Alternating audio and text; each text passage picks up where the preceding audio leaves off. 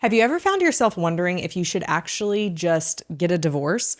That's actually what we're going to be talking about today. I am honored to be interviewing one of our marriage helper coaches and team members, Jared Pratt. And in our conversation, we're going to find out Jared's journey and how he actually started the process of saving his marriage by looking for if he should get a divorce.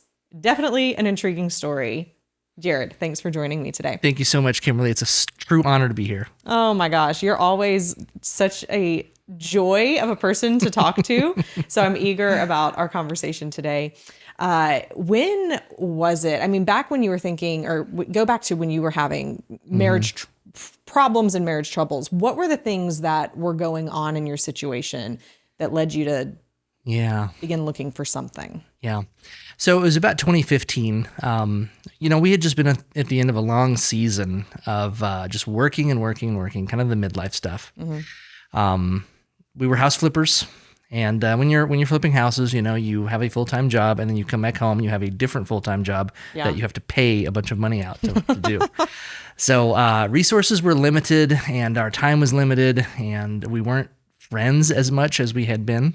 How long had you been married at that point? That was our 15th year of marriage. Yeah. Yeah, we got married in 99. So. Oh, wow. Yeah. So I was just growing increasingly unhappy. It seemed like we were just churning and nothing was really changing, and I wasn't satisfied. And Jen also was not satisfied, and we were kind of taking it out on each other. I would let things build up inside of myself. Because I'm a pretty peaceful guy, but I internally kind of angry. So I would let things build up inside of me enough that it would become a serious problem. And then when I would go to Jen with my issues, I would say it with way too much emotion, way too much sharpness, and she would react defensively, and we would have a ridiculous sort of a non-fight where we wouldn't get anything done. But it would damage our relationship, and then the whole cycle would start all over again. And after years of this cycle occurring, I just decided to stop talking. You just shut down. Yeah. And what happened next? Well, many things. I thought, I'll just power through. Someday it'll be over. I'll just... like someday it'll be over, like... someday life will just magically get better, and I won't have to do anything, right? Just I'll be past all these houses, and then we'll just be different. But what was actually happening was my wife would go to bed, and I would say, "Okay, good night, sweetheart. I'm gonna play some video games or whatever." But I would actually leave the house at night after I knew she was asleep, and I would walk around the city all night long doing really dumb guy stuff like punching trees and things like that. For all the good that does. And, I just walk around just inside my own head a lot. And, but I didn't want the conflict of her knowing that I was doing that stuff. So 20 minutes before she would wake up, I would get back into bed. So my body would have heated up, and she wouldn't have realized I hadn't been there the whole night. And that was the state that I was in, when something really, really bad happened. One of, a friend's daughter, sent me some videos of herself doing some sexual stuff with her boyfriend. And it was an accident, and I knew that it was, and I didn't know what to do about it. So I just lied to that girl. I said, "Oh, I'm sorry, I couldn't open that thing you sent. I have an Android, And that spared her feelings, but she kind of was still in my life tangentially. I would see her once in a while. And it wasn't so much that I was in any way drawn to her. I just thought, if I was with any other random person, I would probably have a better relationship than I have right now. And so I had a very, the grass has got to be greener literally anywhere else. And that made my anger problem so much worse. Did Jen know about the text message? She didn't know about the text message at first. Because again, I had stopped talking. So I just kind of kept a lot of that stuff to myself. It wouldn't have done if I would have talked to her about it, I would have done exactly what happened, which was on Valentine's Day, 2015, because I am such a classy guy. On Valentine's Day, 2015, we actually took the night off from working on the houses. We fixed each other a very nice meal. And at the end of the day, I said, "Hey, we haven't got to hang out for a little while. You want to go do some stuff?" And I got the answer I was expecting, which was, "I'm just kind of really tired tonight. I think I'm going to go to bed early." And I let her have it. And I told her that she was not a good wife, and that I told her about the text messages and all that stuff. It was the middle of the night. We were fighting. It was ridiculous. And that was the night I told her that I was unhappy and it wasn't working. And I actually looked for I looked for divorce information that night. On and I Valentine's Day. landed on Marriage Helper instead. How did that happen? Yeah, I actually Googled how to divorce. And I found an article that said, here's 10 things why you probably shouldn't divorce. And of course, I was really skeptical. I was like, 10 things, but I read the article, and then the next day I was like, I kind of want to read that article again, but I couldn't find it. It was so frustrating. I'm like, it's relationship helper, it's marriage assistant. It's I'm thinking of every permutation I can think. It wasn't in my history because I had cleared it so that Jen wouldn't find it. So I did eventually find it again. Somehow you found it again. I did. I found it again, and I thought, I don't know about this. But I was intrigued by the idea of pies. And I saw you had a podcast, and so I downloaded the first one, and Dr. Beam's voice is like audible chocolate, Absolutely. So I just was like, man, that is a smooth voice. That's what you needed the day after Valentine's. It really was. Yeah, that audible chocolate. Yeah. So there were only 3 or 4 podcasts at that time, and I thought, well, I'll just listen to one, but I ended up listening to them all. And then at the end of that, I thought, now I don't know what to do because I'm frustrated. Life's not good. But I feel like if I just give up, that's not good either. And it was so I had such a bad motivation. Nobody at home mimicked me because it's terrible. I wanted to be able to say to my friends and family, and especially my church family, I did everything, you guys. I did everything. I even did this super obscure thing called pies that I found on a website one time, and nothing worked. She's crazy. Like that's what I wanted to be able to say. It was a pride thing.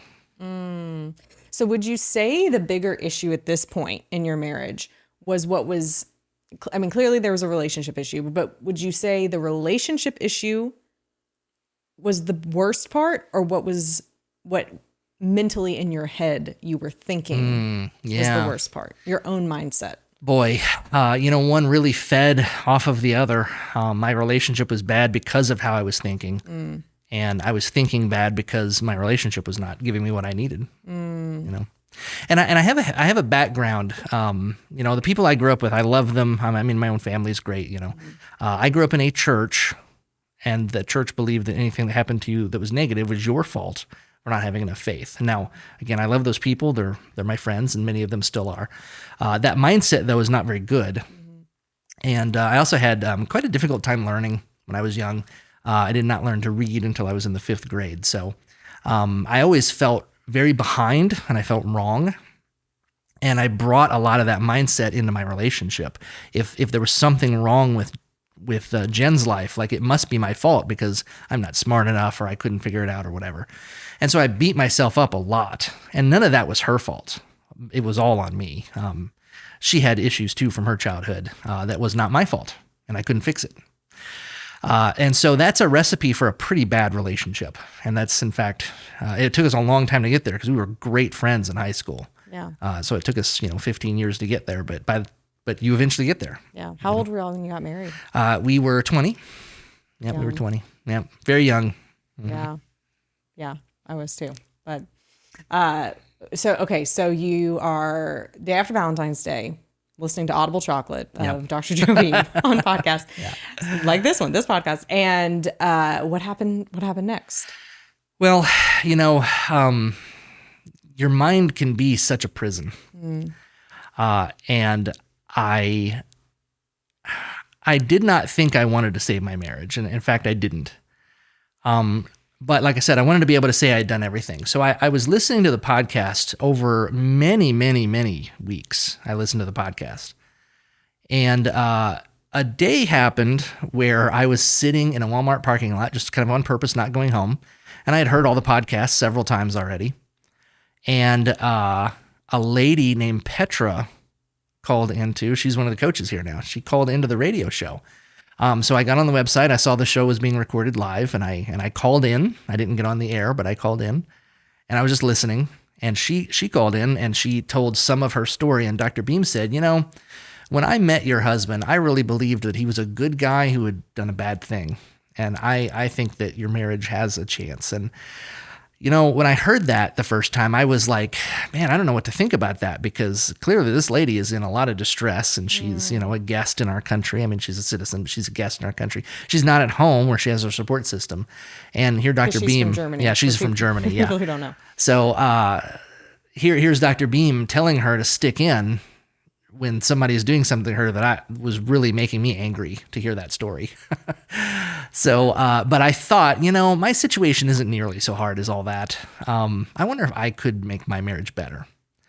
And that's when I really buckled down working on my pies. Now, it took me almost an entire year before I softened enough to be able to say, like, I really am going to stay here. But during that year, I really worked a lot on my emotions and my thinking, my I and my E. Everybody else, P and S, physical and spiritual. Those are sort of the, go to the gym and go back to church. Everybody can get those. I and E, intellectual and emotional, are kind of hard to grab. I worked on how I was thinking and how my thinking was making me feel. That was the major hurdle for me. I wanted to feel differently, but I needed to think differently. So I started a program, and I didn't know what it was called. I just named it. I called it Name the Lie, Say the Truth. So I got some index cards, and on the index card, I would write down if I was especially angry that day or feeling depressed or whatever. I would write the thoughts I was having in that moment. What are they? And I'm making up something right now. It's not anything my wife did, because I never speak ill of her, especially in public.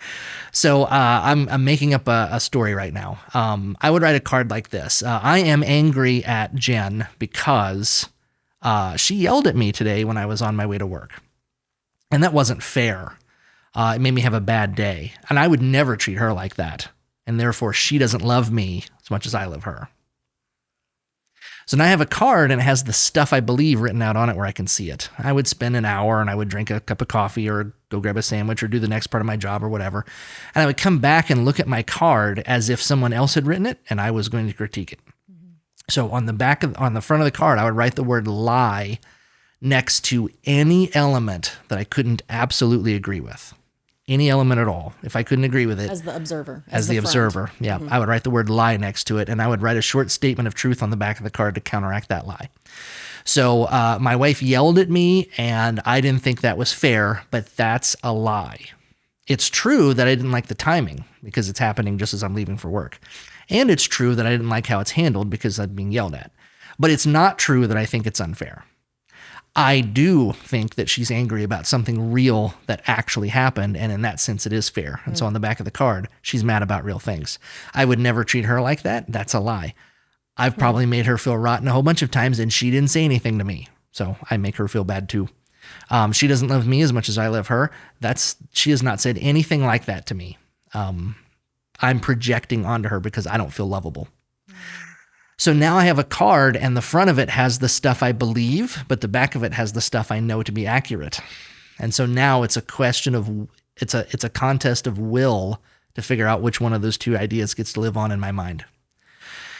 And I did this exercise for most of a year, the last half of 2015 and into 2016. And I made a really interesting discovery that made me a much more positive person, the person that you all know and love today, which is, I thought I'm going to have like 50 of these cards with me. I'm going to have to get bigger pants to carry these cards around. It's like, it's so many problems. But actually, I had 2 or 3 at a time. And that was it. I had 2 or 3 at a time. Now, a card like I just described, it's like a one-day card. You've filled it out. There's nothing to think about anymore. But some cards, I don't know if I'm ever going to have the kind of relationship I want to have. And I go, I can't tell if that's true or not. And so that card would live in my back pocket for, a month or 2 maybe. And I would think about it over and over. And so what I discovered is there's this 97% swath of my life that's working actually really well. And there's this 3% slice over here that isn't doing what I want. And that is the only one I ever look at. And that realization helped me become a much more positive person. And when my mind changed, the way I felt toward my relationship and a whole bunch of other people too, those things started to shift. And then all of a sudden, I didn't take it personally anymore that Jen was not fulfilling me in the way I wanted, because I came to realize that, like, I feel good whether she's there or not. Yeah. So, as we're going through that year, I also got her into Marriage Helper.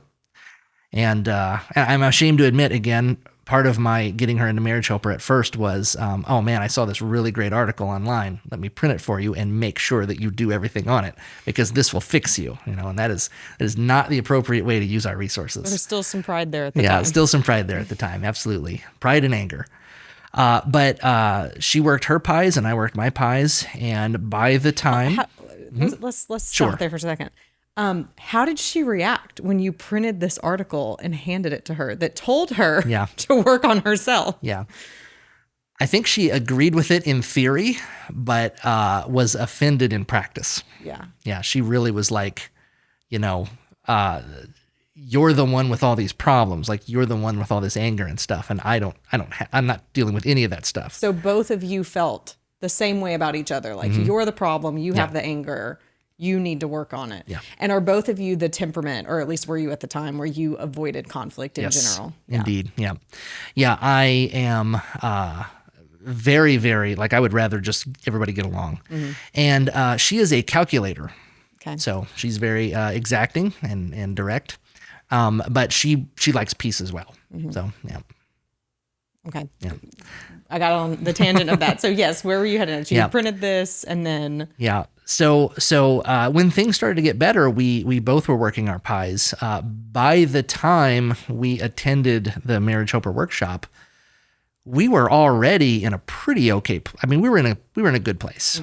On the way to the workshop, we, it was an 8-hour car ride. We listened to an audiobook online and had interesting discussion about it.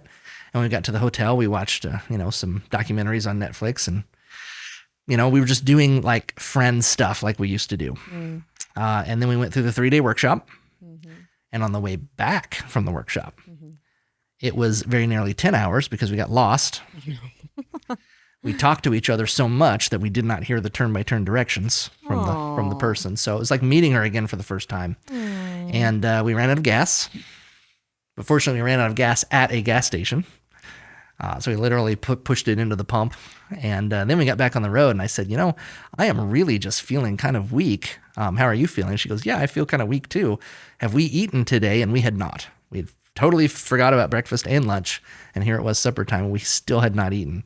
So much was our just intense conversation. Like, I remember when my mom did this when I was young, and I was like, oh man, I can totally relate with that because this happened to me. And it was like this whole brick sharing experience. So we're one of the couples that after the workshop, we reconciled in a day.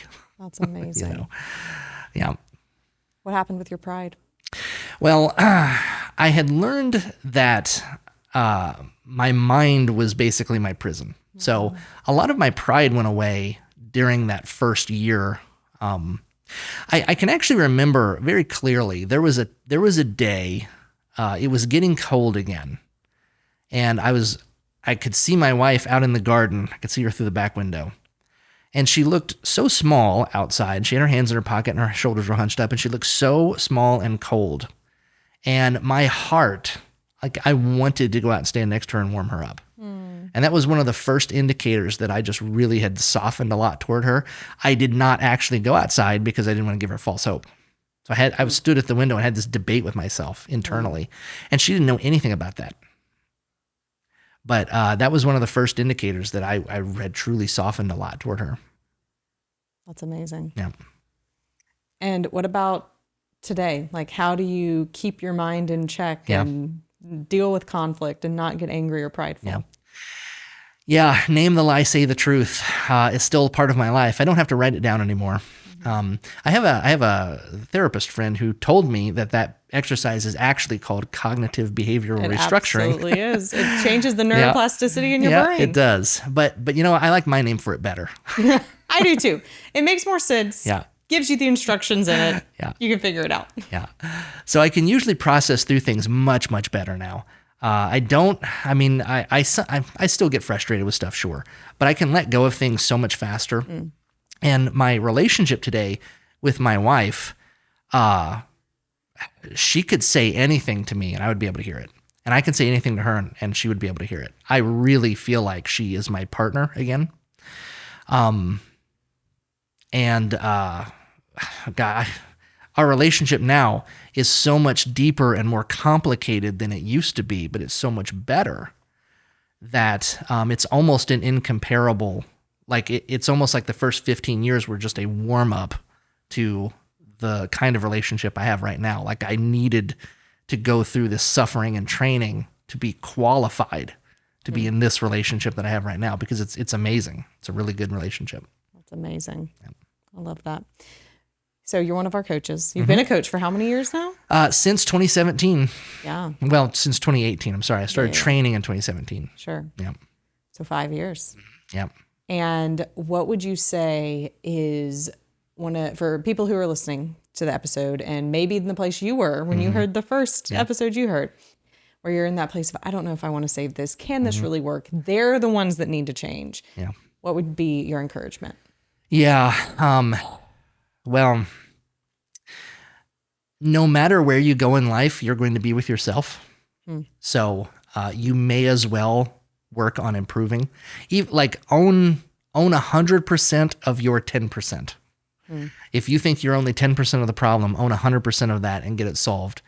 And then make the decision about where you want to go. It doesn't make sense to make decisions based on things that are going to change later on.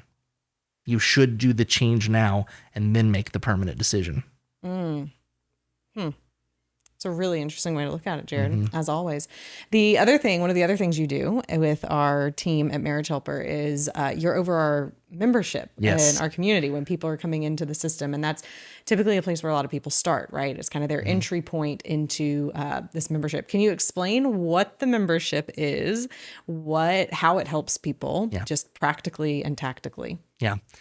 So I'm a bit new to that role. So the membership is going to be changing a bit soon.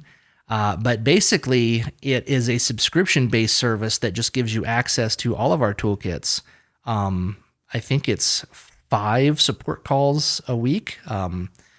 By support call, I mean a coach will sit down for an hour and read out questions live and answer them. And we have all kinds of coaches that do that. You also get access to a community of other standers where you can just have some peers to go through your hardships with. And on top of that, there are monthly trainings. You and I did one recently on how to talk about things when you disagree. And all of that stuff is recorded. And so the membership gets more and more and more valuable as time goes on. You get access to more and more and more things. Right. So really, really good stuff. Yeah. Yeah, it is really good stuff. We've had so many people say it's like the price it is per month is way less than even one counseling session or one coaching session. And it's for an entire month of what they get. What, for clients that you've worked with, like when they're in the membership, what is it that the membership helps them accomplish or overcome? Yeah. Well, having access to all of the toolkits, if you were struggling with trust, well, we have a toolkit for that. Yeah. That's, I don't know, it's 7 or 8 hours of video content. There's a workbook to print out. There is stuff to do. There are actionable items to take. There are aha moments to be recorded. Don't just sit with the problem. Find the solution and work through it. I often tell my clients, don't look for a way out of your circumstances. Look for a way through them, because there is no way out. There is no way out. Even if you gave up and walked away tomorrow, the pain is not going to end. Yeah. You have to do the work on yourself. Absolutely. There's a pies toolkit. There's a pies toolkit. Yep, there's a pies toolkit. Absolutely.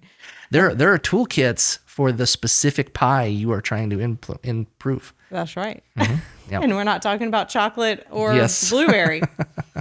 Talking about physical, intellectual, emotional, or spiritual. Yep. Yeah, that's awesome. And for our listeners who are listening, we have a special offer for you.